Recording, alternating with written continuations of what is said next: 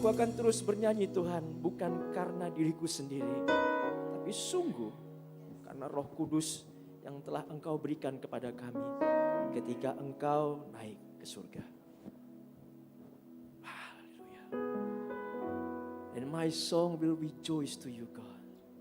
And my heart will praise you, God. And my life will worship you. Terpujilah namamu Tuhan. Terpujilah namamu Tuhan. Siang hari ini bukan karena gagah kuat kami, tapi sungguh karena kasih karunia-Mu saja. Dan kami minta dengan percaya di dalam nama Tuhan Yesus Kristus, Roh Kudus-Mu menuntun, memimpin, mengajar kami ketika kami siap untuk mendengarkan dan merenungkan firman-Mu. Beri kami telinga seorang murid, hati seorang hamba, terlebih anak-Mu ini Tuhan. Ampunkan semua dosa-dosa anak-Mu ini ya Bapa. Kuduskan, tahirkan mulut, bibir, lidah. Biarkan Tuhan hati-Mu saja yang berdegup dan kami mendengarkan degup jantung hati-Mu. Dan kami respon dalam kehidupan kami masing-masing. Bekerjalah Roh Kudus sekarang juga. Tempat ini, waktu ini terhubung dengan surga-Mu. Hanya di dalam nama Bapa, Putra dan Roh Kudus. Di dalam nama Tuhan Yesus Kristus. Haleluya. Amin. Woo! Sekali lagi sebelum duduk. Katakan woo! Yes, haleluya. Silakan saudaraku. Apa kabar semuanya? Haleluya. Luar biasa. Pada kesempatan yang berbahagia ini saya nggak bisa berhenti mengucap syukur. Tuhan ada di tempat ini sekali lagi dan saya mau tanya nih. Gereja ini habis ulang tahun ya Pak? Yang keberapa, Pastor? 13. Ya saya masih ingat antara 12 apa 13 gitu. Tadi makanya saya tanya tuh, berapa bro? Gue juga lupa bang. 13 dan seharusnya minggu lalu saya dijadwalkan ke sini. Tapi karena ada acara ulang tahun gereja ini akhirnya saya dimundurkan 1 minggu. Pas tepat tanggal 28 kemarin ya Pak ya? Pas tanggal 28 dan tepat pas hari Pentakosta Pak ya? Luar biasa. Enggak ada yang kebetulan bahwasannya tempat ini menjadikan sebuah tonggak kebenaran khususnya di BSD. Tempat ini, rumah ini akan menjadi tempat pencurahan Roh Kudus ketika di mana semua orang, keluarga, jiwa-jiwa yang haus mengalami Yesus lebih lagi, katakan amin.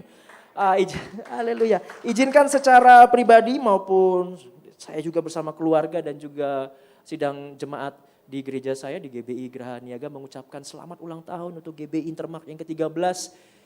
Tahun ini bukan menjadi tahun yang terakhir bagi GBI Intermark, akan ada terus tahun-tahun berikutnya untuk terus melayani Tuhan di dalam kegerakannya dan mengalami mujizat Tuhan dari tahun ke tahun. Dan kita percaya penuaian jiwa terjadi khususnya di BSD. Katakan amin. Haleluya. Sudah siap semuanya? Amin. Wow. Saya juga memakai momen ini untuk memakai jaket saya. Ini jaket pemberian dari gereja ini. Ya ingat gak? Natal 2019 tapi diadakan tahun 2020 Januarinya. Itu adalah momen terakhir kita beribadah bersama kekasih kita yang terkasih yang sudah pulang ke rumah Bapa. Iya kan? Sama Pastor Raditya Olon Pagabean, saya masih ingat saya WL-nya dia yang khotbahnya. Dan itu adalah pelayanan terakhir saya bersama dengan dia sebelum dia pergi. Dan kita percaya tubuhnya bisa pergi. Tubuhnya bisa pergi. Tapi api Tuhan yang ada di dalam dia itu telah menyambar ke setiap anak muda. Dan setiap anak muda dipakai dahsyat oleh Tuhan untuk menjangkau bangsa ini. Supaya bangsa ini mengalami Tuhan secara nyata. Katakan amin. Pada siang hari ini, tema khotbah, judul khotbahnya boleh ditampilkan. Saya terlalu bersemangat di gereja ini ya. Datang jadi berangkat dari rumah jam 11 bayangin. Nyampe setengah 12. Saya ngapain saya? Beli mie ayam di sana. Beli mie ayam di daerah sana. Karena saya udah pengen makan mie ayam dan akhirnya puji Tuhan dapat. Belum bisa ditampilkan? Oke. Mari kita buka 1 Tesalonika 5 ayat 16 sampai 18. Dimampukan karena Roh Kudus. Kenapa saya tanya begitu? Kenapa saya minta ditampilkan? Saya ini lupa bawa kacamata saya. Oh my God. Ya memang Kalau tampilan fisik saya memang usia 28 tahun. Tapi untuk mata enggak bohong. Jadi saya masih ada minusnya dia seperti itu ya. Mari kita buka 1 Tesalonika 5 ayat 16 sampai 18. Yang sudah ketemu katakan ketemu. Ini adalah tema khotbah yang memang seharusnya saya bawakan minggu lalu. Karena minggu lalu adalah tepat hari pencurahan Roh Kudus. Ini adalah salah satu momentum ketika masa itu penyebaran ajaran kekristenan di dalam jemaat mula-mula terjadi, yaitu pada kota Tesalonika. Kita tahu kota Tesalonika adalah sebuah kota yang terletak di 160 km barat daya. Oke, jika saya menghadap ke belakang sana, 160 km berarti dia di sini. Ya, 160 km barat daya dari Filipi. Jadi Tesalonika itu adalah ibu kota Makedonia dan itu adalah pusat dari pusat peradaban, pelabuhan juga seperti itu, perdagangan seperti itu. Dan Paulus ketika menjalani perjalanan misi yang kedua ke tempat itu, ke Tesalonika itu, mengalami kemajuan dalam membuka jemaat mula-mula saat itu. Akan tetapi, dia juga mengalami yang namanya persekusi dari orang lokal, orang Yahudi di situ. Ketika ada orang Yahudi yang menerima Kristus sebagai juru selamat, yang tidak terima dengan hal itu juga mengalami sebuah kemarahan sehingga mereka melakukan persekusi, mengejar ataupun seperti itu, sehingga secara terpaksa Paulus meninggalkan jemaat yang masih belia itu, dia pergi keluar ke arah Berea. So, ketika dia jalan ke Berea dan akhirnya dia ke Athena, dia bertemu dengan anak rohaninya Timotius saat itu di situ.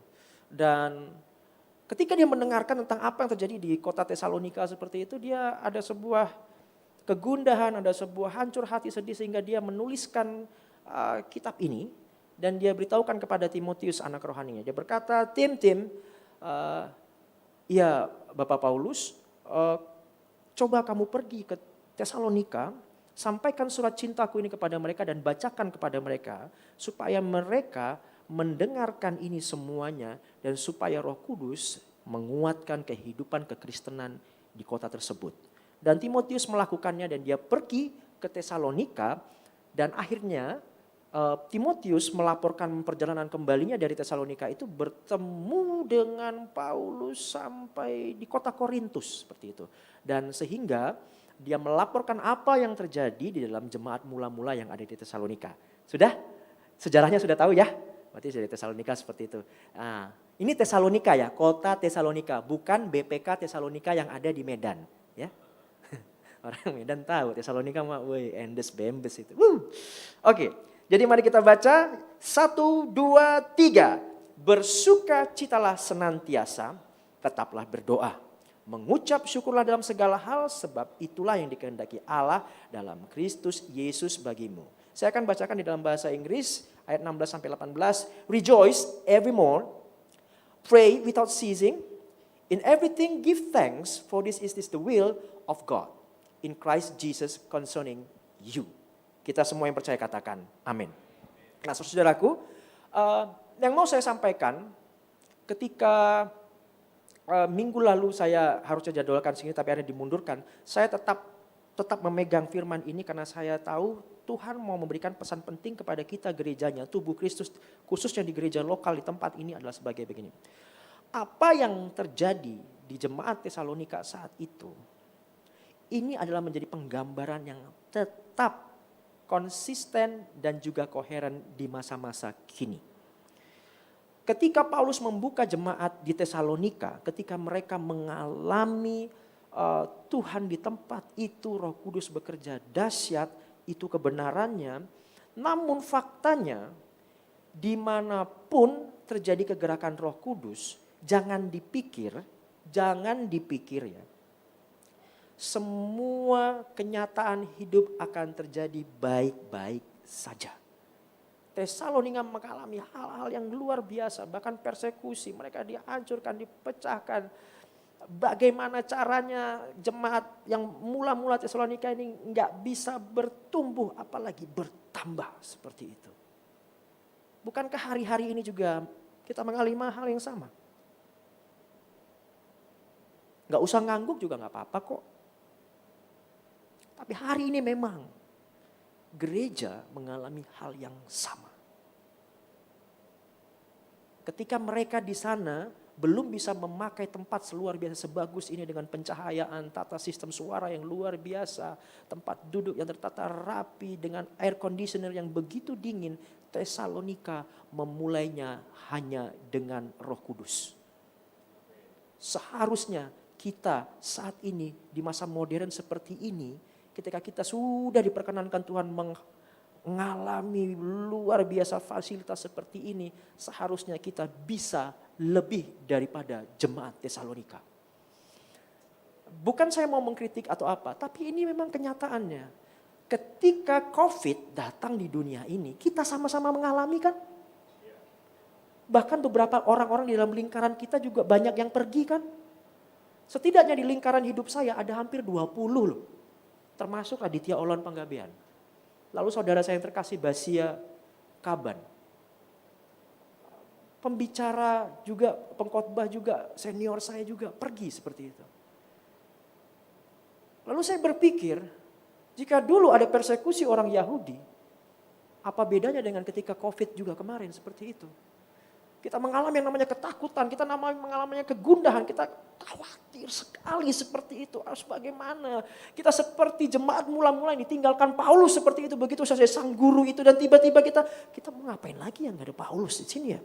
Terus datang para penghasut, datang para pemecah-pemecah dan mulai terpancing. Bukankah hari-hari ini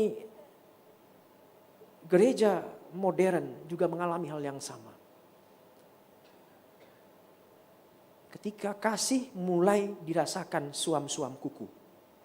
Ketika ibadah hanyalah sebagai sebuah ritual setiap hari Minggu. Ketika hidup kekristenan tidak lagi berdampak bagi banyak orang. Don't get me wrong ya. Ya bagus sih kita beribadah setiap hari Minggu. Memuji, memuliakan nama Tuhan. Yes, amin. Luar biasa. Aku bernyanyi bahagia, good. Memuji Yesus selamanya, naik, kromatik segala, keren. Pertanyaan yang sangat memukul diri saya adalah apakah hidup kita berdampak bagi orang lain?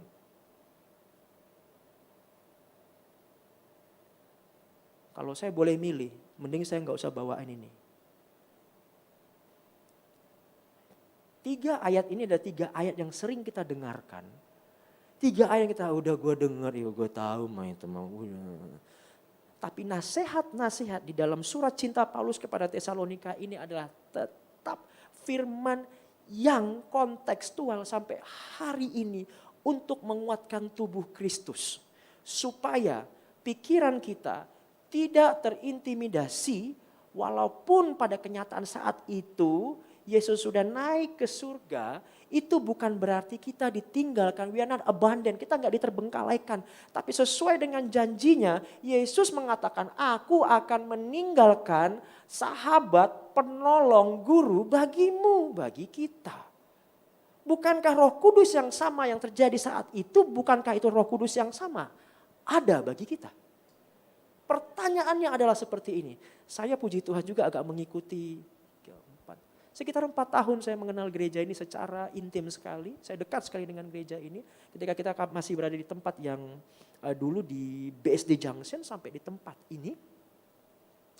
Rindukah saudara-saudara kita semua mengalami pertumbuhan di dalam Kristus sehingga kita bisa pergi keluar sana untuk menjadi dampak dimanapun kita berada, baik dalam keluarga, pekerjaan, pergaulan, ataupun pelayanan kita, sehingga banyak jiwa lagi dimenangkan bagi hormat kemuliaan Tuhan.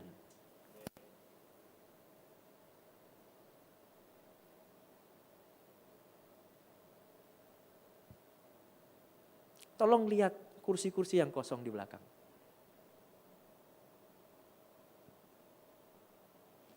Enggak. Ini enggak ada titipan dari Pak Gembala ke saya tentang temanya, enggak. Sungguh ketika kita mengalami Roh Tuhan, Roh Kudus itu ketika kita mengalami pertumbuhan itu,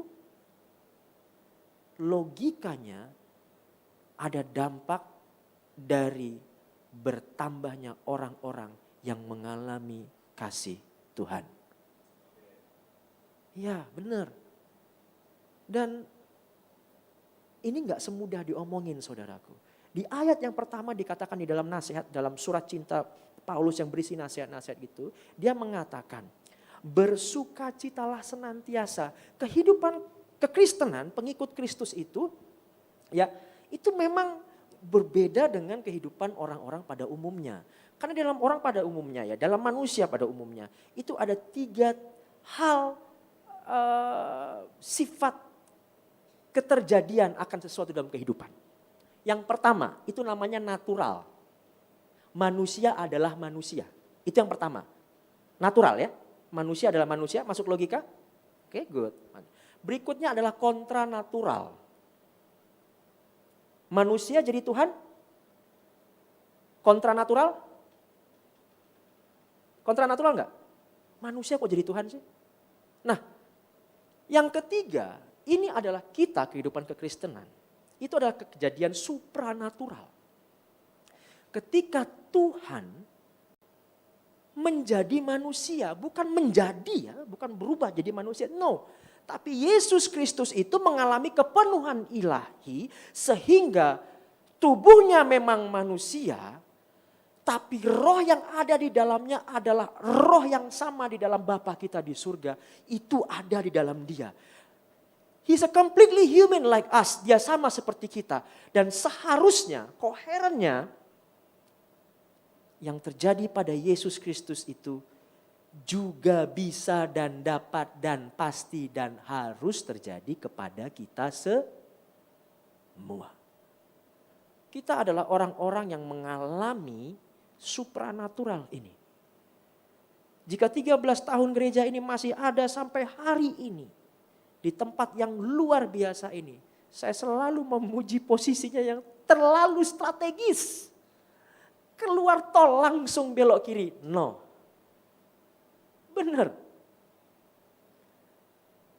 Jika 13 tahun gereja ini masih ada oleh karena kasih karunia Tuhan, oleh karena kemurahan Tuhan, Tuhan tidak bosan-bosannya, puji Tuhan, masih belum bosan. Tidak bosan-bosannya masih mau memakai gereja ini untuk menjadi perpanjangan tangannya bagi jiwa-jiwa di luar sana untuk bisa mengalami Tuhan lebih lagi. Oke, amin? Oke, sampai situ that's okay, amin lah. Apakah itu hal yang mudah? No. Sebab itu nasihat Paulus di dalam kitab ini mengatakan kepada jemaat di Tesalonika adalah bersukacitalah. Ketahui, fakta di jemaat Tesalonika mereka mengalami persekusi, mereka mengalami namanya perpecahan yang dilakukan oleh orang-orang Yahudi saat seperti itu. Ngeri loh. Saya bisa bayangkan apa yang mereka alami saat itu oleh sesama mereka sendiri. Karena mereka berbeda oleh kasih karunia dan Roh Kudus, mereka menerima bahwa Tuhan Yesus Kristus adalah Tuhan dan Juru Selamat. Mereka langsung cast out seperti itu dan mereka melakukan persekusi kepada jemaat-jemaat mula-mula seperti itu. Apakah kita mengalami hal yang sama saat ini? Setidaknya kita jemaat di sini bisa beribadah di tempat ini dalam keadaan yang nyaman. Air conditioner di sini tetap dingin. Makanya saya pakai jaket luar biasa ini. Tempat duduknya nyaman. Tata suara dan lightingnya oke sekali. Tim praise on worshipnya dahsyat, terutama basisnya. Luar biasa. Ada loh senar warna kuning. Cuma dia doang. Basis luar biasa, angkat tanganmu. Itu bapak muda itu, luar biasa dia tuh. Dan bisa bayangkan di Tesalonika saat itu betapa susahnya baru dibentuk sama Paulus. Tapi mereka harus mengalami hal yang luar biasa sekali, sangat menyakitkan.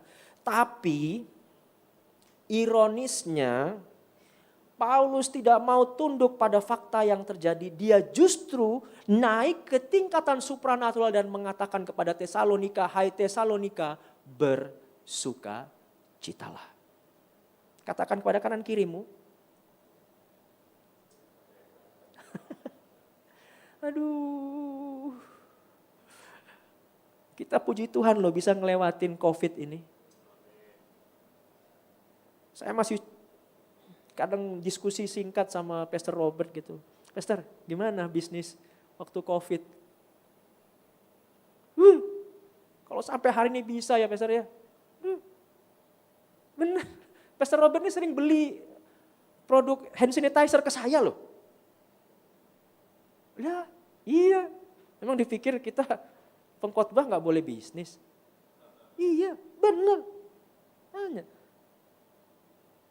Kunci yang pertama adalah Roh Kudus memampukan kita untuk tetap terus di dalam agendanya, tapi kita harus tetap bersukacita. Bersukacita. Karena kenyataannya lu mau sukacita enggak sukacita, itu kenyataannya. Silakan pilih mana yang mau kamu pilih. Mau berduka cita atau mau bersuka cita. Karena jika engkau berduka cita, enggak akan membuat segalanya lebih baik. Tapi jika engkau bersuka cita bukan karena keadaan tapi karena keputusan di mana Roh Kudus memampukanmu untuk bersuka cita, kau pasti mengalami Tuhan secara ajaib. Bersukacitalah. Yang pertama, yang kedua, berdoalah. Tetap berdoa. Pray without cease. Enggak perlu harus dengan sikap ritual tangan diangkat atau seperti itu. Gak perlu, Tuhan tahu kok, Tuhan tahu hati. Kemanapun kita berdoa. Kita lagi nyetir sendirian berdoa. Kita lagi ngiris bawang berdoa. Kita lagi pelayanan berdoa. Kita lagi berantem sama pasangan kita berdoa. Berdoa. Jadikan berdoa bukan hanya sebagai yang selama ini selalu kita dengar dan kita pelajari di sekolah minggu. Berdoa itu adalah nafas orang percaya. Terlalu berat ya. Nafas orang percaya, tarik berdoa, lepas berdoa. Gimana gua? Waktu gua mau masih marah tapi berdoa. No, doa itu adalah kekuatan kita. Doa itu adalah perangko bagi setiap surat cinta kita yang kita kirimkan kepada surganya Tuhan. Doa itu yang dibungkus dengan worship dan praise itu adalah bahasa yang sefrekuensi dengan surganya Tuhan. Apakah fakta, apakah keadaan sudah baik-baik saja? Mungkin saja belum. Tapi jika kau meresponinya dengan benar, yaitu dengan berdoa, percayalah surga itu gak pernah nutup telinganya. Percayalah seperti itu ketika Paulus mengatakan kepada Tesalonika, hai Tesalonika, terlepas dari kejadian apa yang engkau alami hari ini, hai GBI Intermark, terlepas apapun yang terjadi dalam kehidupan hari ini berjemaatmu, tetaplah berdoa. Meski lututmu sudah mulai kebas, meski mulutmu sudah mulai keluh, meski pikiranmu pun sudah mulai agak sedikit kacau dan melihat kenyataan. Apa benar? Apa benar? Ah iya, kok kayaknya belum terjadi apa-apa. Firman Tuhan berkata, tetaplah berdoa. Apapun itu, apapun itu. Naikkan doamu dengan ucapan syukur. Mari paksa tubuh jiwa kita. Ayo, come on. Let my soul sing, let my soul rejoice God. Ayo terus walaupun udah gak enak rasanya. Walaupun rasa amarah, rasa tidak percaya, lapar, gundah gulana, panik ada dalam pikiranmu. Tetaplah berdoa. Tetaplah berdoa.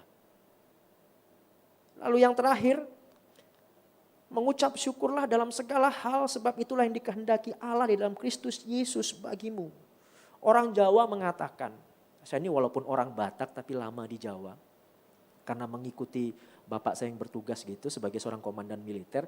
Saya sangat lama sekali bergaul dengan suku Jawa. Jadi saya kadang-kadang sampai sekarang pun bahasa saya ini medok-medok Jawa. Walaupun sebenarnya saya bukan orang Jawa, saya orang Batak asli. Benar kalau nggak percaya ayo deh kita ke Lapo deh. Ajak saya masih orang Batak. Benar lah. Ya orang Jawa itu mengatakan ada dua ilmu yang paling susah yang dilakukan dalam kehidupan ini. itu adalah ilmu ikhlas sama ilmu syukur. Itu ilmu yang paling enggak enak sekali. Paulus mengatakan kepada Tesalonika, hai Tesalonika, mengucap syukurlah dalam segala hal. Sebab itulah yang dikehendaki Allah di dalam Kristus Yesus bagi kamu. Ini bukan sebuah hal yang mudah. Karena faktanya di Tesalonika saat itu ketika mereka mengalami persekusi, perpecahan saat itu. Paulus dengan tulisan dan dengan entengnya dia mengatakan, bersyukurlah. Hai GBI Intermark, rumah Tuhan di BSD, bersyukurlah. Bersyukurlah untuk apa yang Tuhan perkenankan diberikan di ruangan ibadah ini. Bersyukurlah ketika kita masih bisa melayani pekerjaan Tuhan. Bersyukurlah untuk semua. Bersyukurlah. Karena hari-hari ini kita masih bisa beribadah, bahkan seperti ini, kita masih bisa berdiri di atas pulpit ini, di atas mimbar ini. Kita masih bisa menyanyi dengan luar biasa, tata suara dengan mic yang luar biasa. Kita masih bisa menari ke sana kemari. Bersyukurlah. Karena hari ini kita masih bisa melayani pekerjaan Tuhan. Bersyukurlah. Bukankah COVID kemarin ada begitu banyak hamba-hamba Tuhan juga yang pergi begitu saja. Dan jika hari ini kita masih ada saat ini, firman Tuhan lagi-lagi mengatakan kepada kita, bersyukurlah. Udah selesai? Belum. Tadi buat kehidupan jemaat. Sekarang saya kepada bagian yang paling gak enak nih. Yang selalu menghantam dan memukul saya bertubi-tubi dalam kehidupan keluarga. Saya gak pernah tuh membicarakan hal-hal yang sophisticated seperti itu. Ya mungkin saya bukan pembicara seperti itu. Walaupun gak ada salahnya pembicara membicarakan seperti itu. Karena Tuhan membagi-bagi tugas kami. Tapi saya sungguh bersyukur sekali. Karena beban hati saya adalah tentang pemulihan keluarga. Saya berdoa sejak saya kecil supaya Tuhan memulihkan keluarga pribadi saya. Dan anehnya, kemanapun Tuhan mengutus saya, lagi-lagi temanya selalu tentang keluarga. Karena firman Tuhan berkata, gereja itu bukan bentukan Tuhan loh. Enggak. Tapi satu-satunya lembaga bentukan Tuhan itu adalah keluarga. Saudara-saudaraku, tubuh Kristus yang paling pertama dan mendasar dan sangat dikonsen dalam Tuhan. Bahkan di dalam Alkitab, dimulai dari kitab Kejadian sampai Wahyu, itu selalu berbicara tentang keluarga.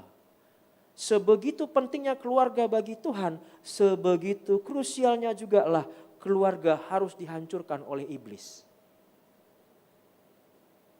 Paulus berkata di dalam firman di 1 Tesalonika 5:16, bersukacitalah senantiasa hai keluarga-keluarga di dalam Kristus. Hari-hari ini jatuh cinta adalah hal yang mudah. Iya apa enggak?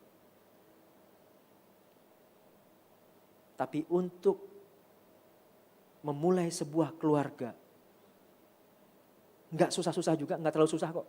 Asal ada cinta, asal ada uang, asal ada restu, bisa kok nikah. Ya, memang iya. Tapi kalau hanya untuk izin menikah yang kita cari, itu adalah sebuah hal yang biasa-biasa saja.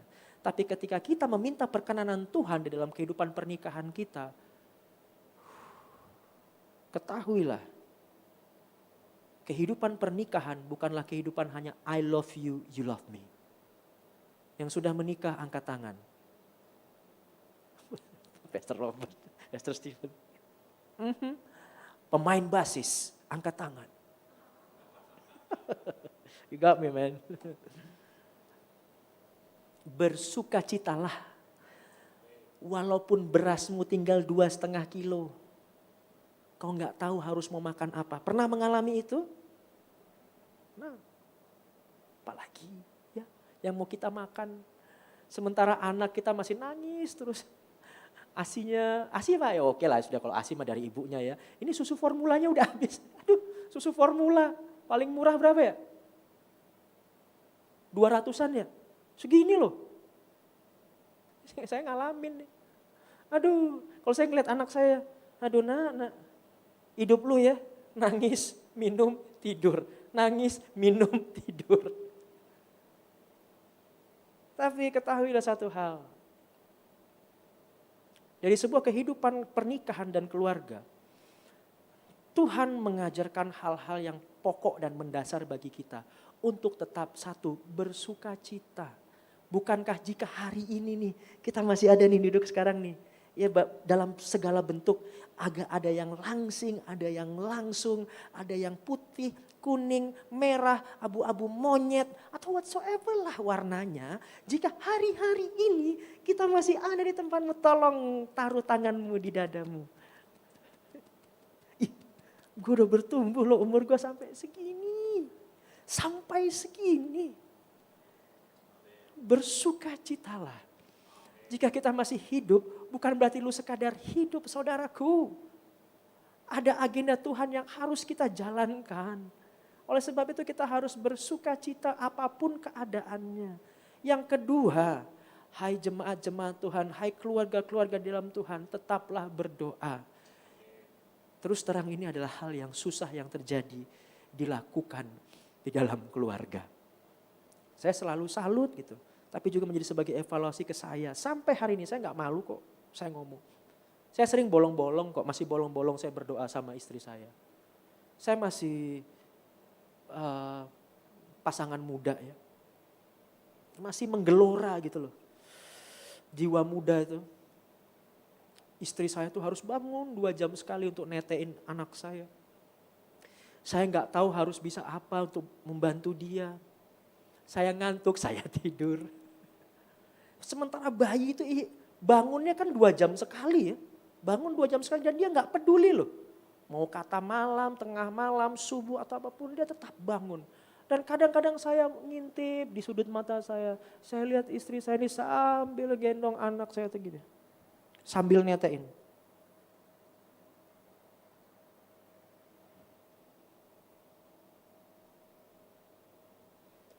Ketahuilah saudaraku, kalau ada orang yang berkata kepadamu, jangan pernah mau hidupmu balas budi sama orang manapun. Langsung tinggalin orang itu. Karena hidup kita tidak akan pernah lepas namanya dari balas budi. Minimal dari ibumu. Kalau nggak ada ibumu, kita nggak tahu lah, kita nggak hidup hari ini. Nggak setampan ini. Nggak secantik itu. Ada wanita yang melepaskan kebebasannya, melepaskan kecantikannya, dia tetap bahkan mengalami stres yang luar biasa. Hormon naik turun. Maka hari ini mari kita terus berdoa khususnya kepada para ibu. Benar. Karena tanpa ibu tidak akan mungkin keluar lagi generasi-generasi gereja ini. Jadi saudaraku, tetaplah doakan ibu kita. Ya walaupun sering kali kita nggak sejalan sama beliau ya. Saya juga begitu. Kadang saya tuh entah dari mana, kadang-kadang tuh saya nggak sengaja bentak mama saya. Iya, gue merasa berdosa banget rasanya gitu. Tetap berdoa, doakan beliau jika masih ada, doakan. Dan yang ketiga yang terakhir, mengucap syukurlah dalam segala hal. Bersyukurlah akan keluarga yang diberikan Tuhan dalam kehidupan kita. Kau tidak bisa memilih untuk dilahirkan dalam keluarga apapun. Mungkin keluargamu bukan keluarga Sultan Andara. Yang dikit-dikit mau beli dikit-dikit harus di syuting masuk ke Instagram kemana-mana. It's okay. Ya bisa makan KFC atau McD aja kita rasanya aduh bersyukur banget nah ya. Ayam potong padahal. Kita bersyukur. Sementara Sultan di luar sana, aduh makannya. Dia baru makan itu, dia berburu dulu baru dapat makan seger. Ayamnya luar biasa dimasak oleh chef terkenal. Kita mungkin tidak dilahirkan di keluarga seperti itu. Tapi ketahuilah Tuhan tidak pernah bermain dadu, katanya Albert Einstein. God never play dice. Jadi bukan hanya sekedar gitu ya, 1:6 lah kita kira keluar, kira-kira nanti si Kris ini dilahirkan di keluarga mana begitu. Enggak. Kris dilahirkan, saya dilahirkan, Anda dilahirkan. Di dalam keluarga itu tidak pernah salah alamat. Apapun yang terjadi seperti itu, bersyukurlah akan keluarga yang diberikan kepada Tuhan kepada kita. Hari-hari ini, di tempat ini, di gereja ini, saya yakin ada begitu banyak keluarga yang rindu mengalami Tuhan. Yang setiap minggunya tetap datang ke gereja, tapi masalah drama keluarga tetap aja terjadi. Ya, tetap aja terjadi. Rindu saya sudah seperti itu, saudara. DNA saya cuma minta keluarga, pulihkan keluarga. Karena ketika keluarga dipulihkan, tubuh Kristus ini dipulihkan, maka kita seharusnya langsung dimuridkan. Disciple. Benar ya? Wah, disciple ini bukan sekedar jadi orang Kristen, Pak, Bu. Rindu.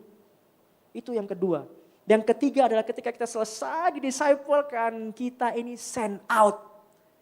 Diutus keluar. Enggak lagi gemuk di gereja ini. Tapi diutus keluar. Paulus punya visi supranatural kepada jemaat Tesalonika. Supaya jemaat Tesalonika tuh nggak punya cara pandang natural. Paulus ajarkan supaya jemaat Tesalonika itu mengalami cara pandang yang supranatural. Apapun faktanya, Paulus mau bawa jemaat Tesalonika itu ke arah supranatural. Izinkan saya pada siang hari ini untuk bertanya kepada saudara di sini. Yang berpasangan, yang sudah suami istri, angkat tangannya. Pastor Stephen, Pastor Robert, Bapak Ibu. Bapak di mana, Bu? Ibu, Bapak di mana? Pastor Stephen.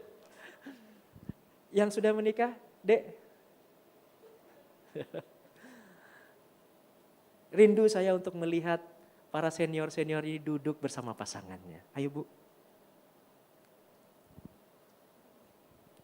Ayolah. Pastor Stephen, izin Pastor Stephen.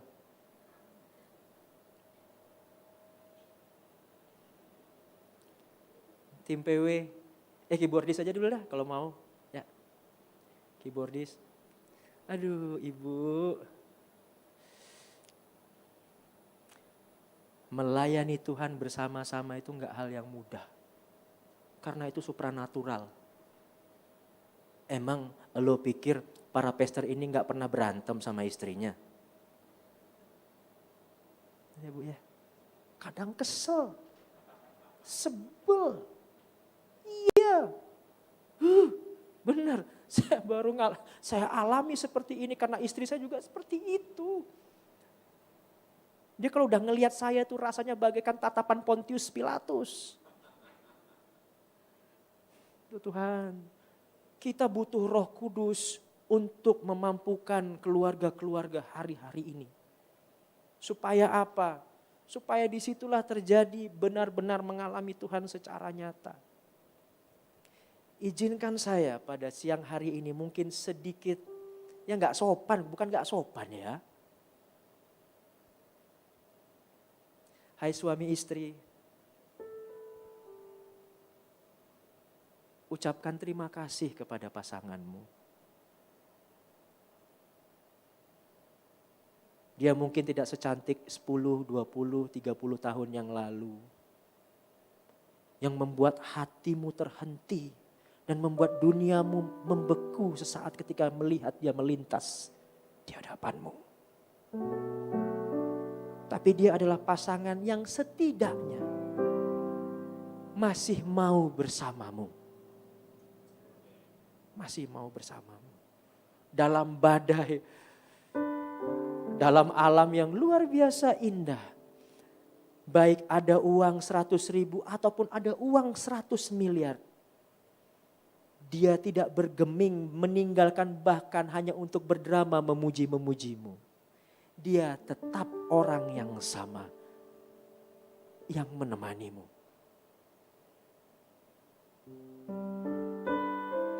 Saya juga kepingin tadi istri saya ikut ke sini Pak. Tapi anak masih berapa bulan? Belum 2 bulan. Repot. Saya kepingin sekali bersama Ibu Pontius Pilatus itu. Aduh, sorry sayang. Ini direkam kan? Atau live? Pasti kan dia nonton. Nanti di rumah dia akan ngomong. Oh gitu. Jadi kalau sebut aku Ibu Pontius Pilatus. Bagus. Gak lebih cantik. Tapi ada makhluk bernama wanita yang Tuhan ciptakan. Mau. Bukan mampu. Masih mau. Dan hai para istri, memang kami para suami ini lebih banyak nyebelinnya daripada nyenenginnya. Kami memang tidak setampan. Siapa dek? Orang Korea tuh dek? Won Bin? Lee Kim Ho? Lee Min Ho, oh ya Lee Kim Ho tuh mi. Jajang meol. Ya memang kami gak setampan itulah yang membuat BSD AS itu akan teriak, Lee Min Ho atau Suga. Walaupun saya kadang-kadang mikir pria sekarang kok gak makin tambah tampan ya, malah makin tambah cantik ya. Ya, it's okay. Hai ibu-ibu, colek dong suaminya, Pak.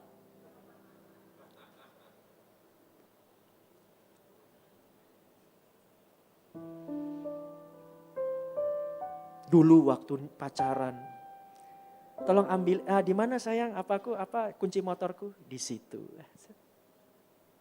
Waktu sudah nikah, aduh apalagi sama orang kita ya.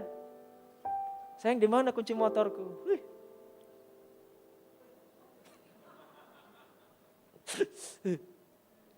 Di mana?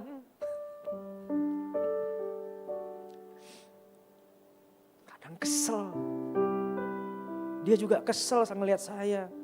Dulu saya siaga, pacar siaga, siap antar jaga. Tapi waktu nikah, nganterin dia facial aja. Kadang saya banyak banget alasannya. Agak Beb, kita mau dipanggil dulu sama atasan dulu.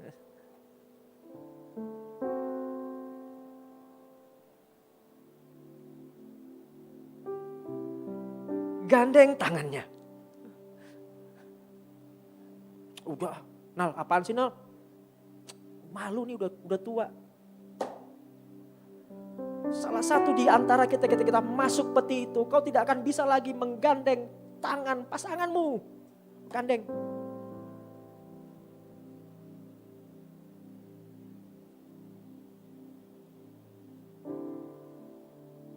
Tiga 13 tahun gereja ini.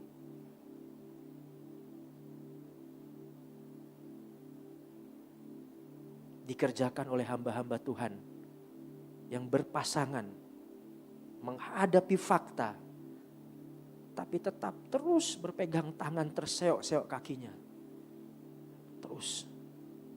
Begitu pula dengan semua jemaat-jemaatnya yang Tuhan selalu rindu mau terjadi dan mengalami. Setiap keluarga mengalami Tuhan.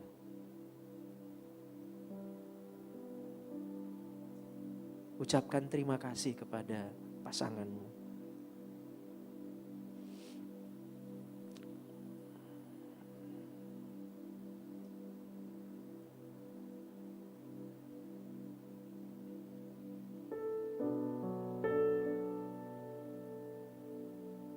Esok mungkin gak akan ada dan kita gak akan tahu. Tapi jika hari ini kita bisa sama-sama melayani pekerjaan Tuhan di tempat ini, melayani Tuhan, anugerah Tuhan. Walaupun kenyataannya gak mudah, ada rasa khawatir, ada rasa takut gimana ya, ini masih terus apa enggak. Jika engkau melihat pasanganmu seperti itu, cepat-cepat gandeng tangannya dan kuatkan dan berdoa bersama. Agenda Tuhan masih ada. Firman Tuhan yang ditulis oleh Paulus di dalam kitab Tesalonika mengatakan bersukacitalah, berdoalah, bersyukurlah. Dan yang terakhir, untuk anak-anak muda, khususnya dewasa muda di tempat ini. Hati saya itu emang ke anak muda ya. Saya menolak tua. Karena saya rindu anak-anak muda mengalami Tuhan. Mengalami hati Bapa, supaya hati Bapa itu kembali kepada anaknya dan hati anak kembali kepada bapaknya. Mengapa seperti itu? Karena saya tidak mengalami dalam keluarga saya. Bukan saya tidak suka atau tidak saya benci kepada Bapak saya, tidak. Tapi Tuhan justru bekerja dalam kehidupan saya melalui Bapa saya dan juga melayani dalam kehidupan saya pribadi. Supaya Tuhan memberikan contoh nyata. Seperti itulah dahaga, seperti itulah kerinduan anak-anak yang merindukan hati setiap Bapa untuk kembali kepada anaknya. Bagus kau berkarir luar biasa di luar sana. Bagus kau melayani pekerjaan di luar sana. Tapi ketahuilah Tuhan tidak akan goyah kalau kau hanya sibuk melayani pekerjaan Tuhan. Tapi kau terbengkalaikan keluargamu. Dan gereja jangan pernah menyalahgunakan kata Tuhan untuk menyandera para orang tua. Kau rampas kehidupan orang tua dari anak-anaknya. Keras kan? Keras kan? Jangan bangga kau banyak punya jadwal pelayanan sana sini. Good, it is good, it is good. Tapi kau terbengkalaikan, kau tinggalkan keluargamu seperti itu sehingga tidak terjadi sebuah fungsi sebagaimananya orang kepala keluarga. Dan kau masih dengan petantang-petenteng dan mengatakan saya mau pelayanan ke sana kemari.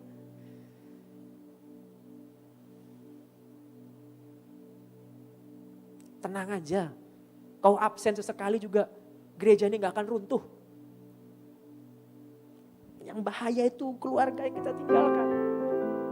Kembali. Karena anak-anakmu, istrimu di luar sana itu merindukan hadirnya Bapa. Begitu pula untuk mama-mamanya. Dan yang terakhir, yang paling gak enak nih untuk anak muda.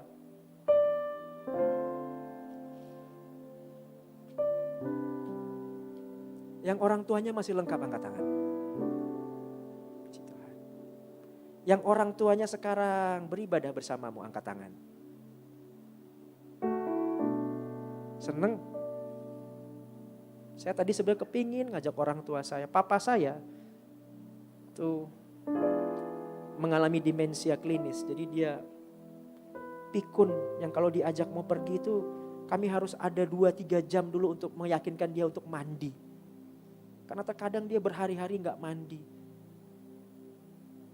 Bukan karena dia gak mau mandi. Tapi karena dia mengalami demensia seperti itu. Dia terkadang marah-marah gak jelas. Tapi dulu saya suka berantem sama dia. Tapi hari ini Tuhan setelah pulihkan saya sama dia. Saya selalu ngelihat dia tuh saya semakin sayang sama dia. Karena ketahuilah, hidup itu siklus. Sekarang dia, suatu hari nanti anak-anak juga akan seperti itu kok. Tapi hati Tuhan itu ditempatkan kepada kita semua. Anak-anak, khususnya anak dewasa muda di sini. Kalau orang tuamu masih ada, ucapkan syukur, terima kasih. Yang sekarang bergereja sama orang tuanya. Ayolah, ucapin terima kasih tuh. Chris.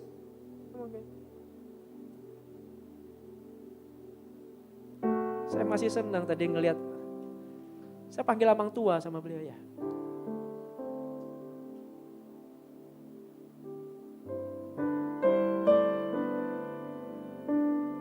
Peluk, cium. Gak akan hilang kekerenanmu gara-gara seperti itu. Tapi kau akan menjadi orang yang sangat bersyukur dan bukan menjadi orang yang sangat menyesal ketika hari itu datang.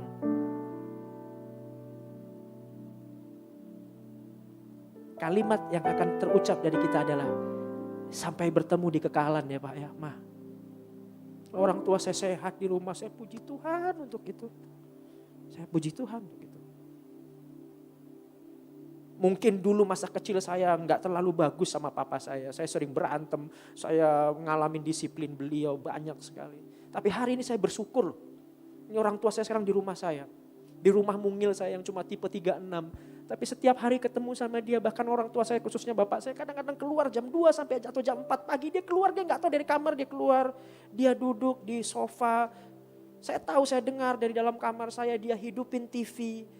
Tapi dia tidak tahu bagaimana cara memencet remote itu harus ke YouTube atau Netflix. Dia cuma sampai ke tampilan depan aja. Biasanya kan kalau Android TV kan ada tuh yang gambarnya pemandangan tuh. Jadi dia cuma ngeliat pemandangan gitu. Terus saya keluar, hai Pak, nonton apa? Terus dia matiin. Saya pikir dia pergi, dia di situ lagi. Terus dia hidupin lagi.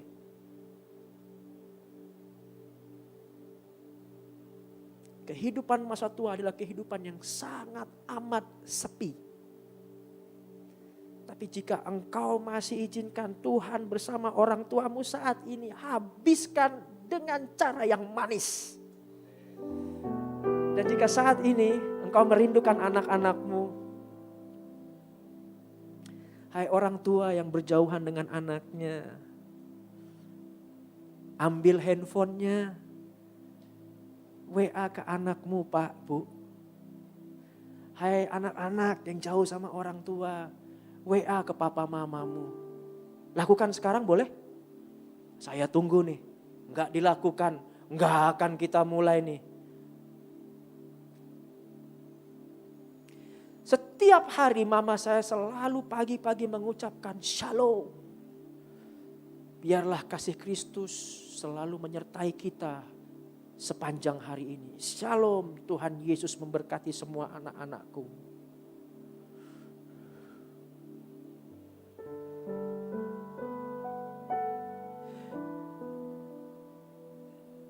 Saya nggak bisa bayangin kalau WA itu suatu hari tidak akan masuk ke handphone saya lagi.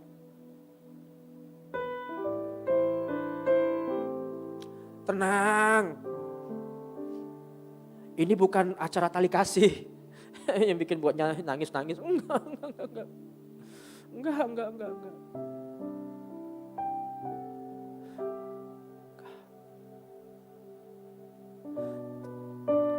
Tuhan concern sama keluarga saudaraku.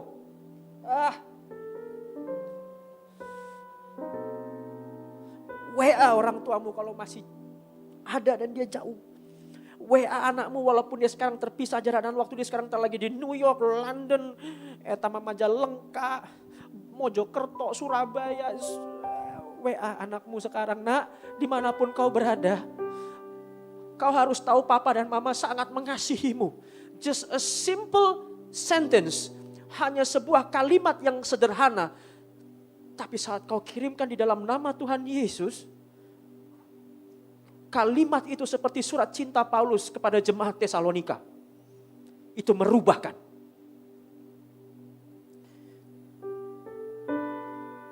Itu yang menguatkan kita. Supaya kita menjadi orang-orang yang gak menyesal. Jangan sombong dengan apa yang kau miliki. My business was so high, mobil gue banyak. Orang tuamu di rumah.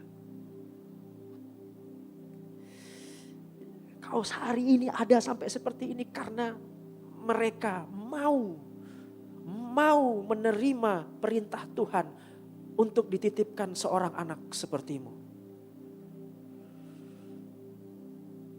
Minta Roh Kudus untuk punya banyak stok mengampuni bagi orang tua dan juga bagi anak.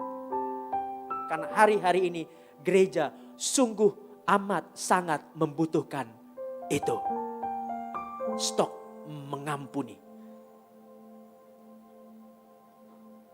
Dan biarkan kiranya semua ini kita bisa karena Roh Kuduslah yang memampukan kita.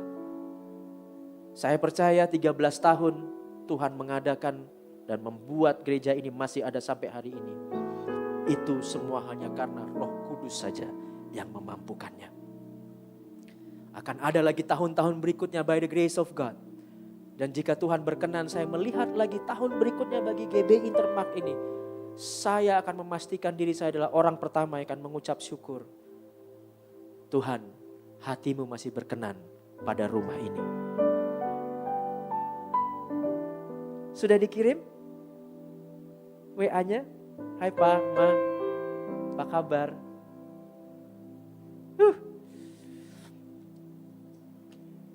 Udah ya acara nangis-nangisnya? Anakmu sehat, Dek? Sehat, puji Tuhan. Basis, kau nge-WA siapa? Anakku masih kecil bang, dia gak pegang WA. Ya udahlah, WA mamanya lah. Bilang, tolong titip cium, titip peluk buat anakku ya. Papa lagi melayani pekerjaan Tuhan di sini nih dengan basis bersenar bas berwarna kuning nih. Gitu. Don't take too serious lah, ya. Jangan terlalu nganggap serius diri kita. Kau nggak tampan-tampan amat kok. Kau nggak cantik-cantik terlalu cantik juga. Kau juga nggak terlalu kaya-kaya amat, masih ada yang kaya lebih lagi kok. Tapi keluarga adalah harta yang sesungguhnya. Harta yang paling berharga adalah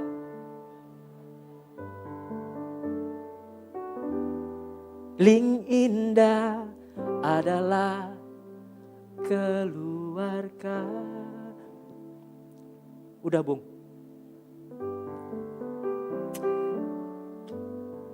Haleluya. Saya mau nyanyi ya.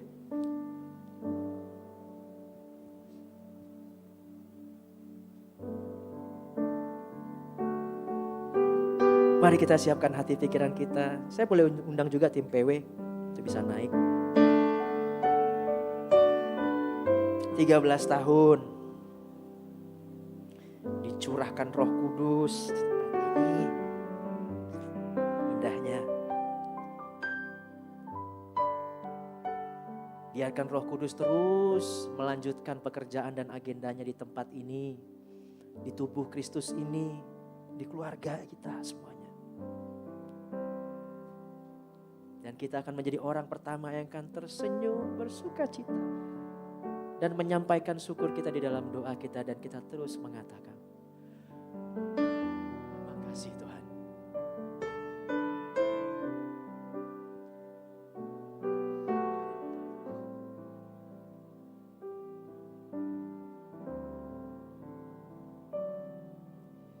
Come Holy Spirit, fall on me now.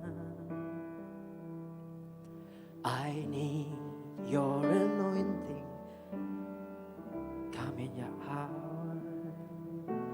I love you, Holy Spirit.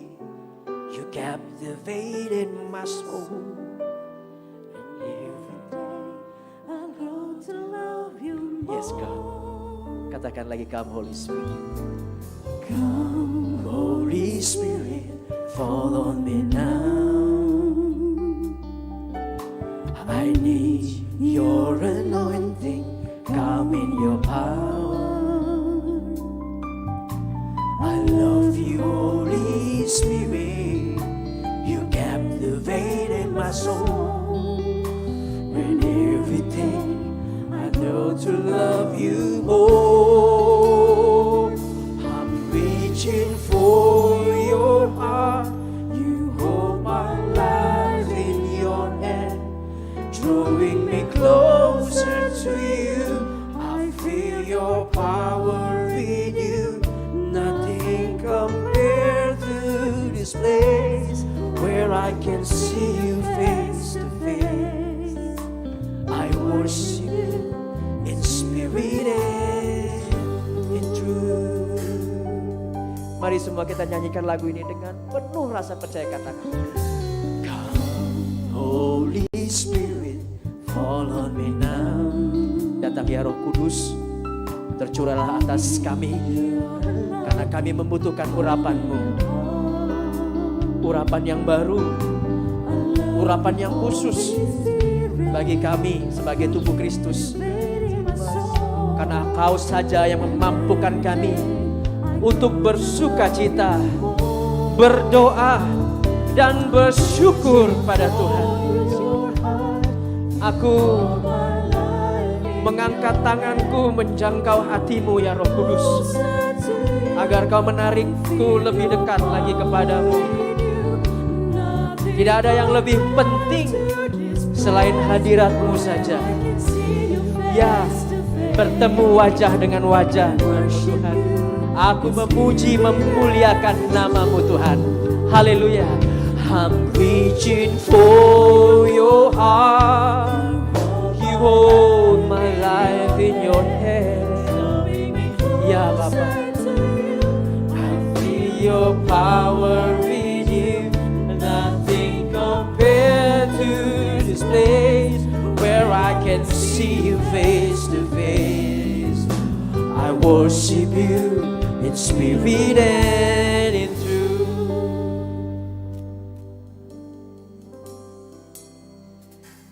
Ketika saya pulang dari tempat ini, saya percaya Roh Kudus tidak berhenti bekerja.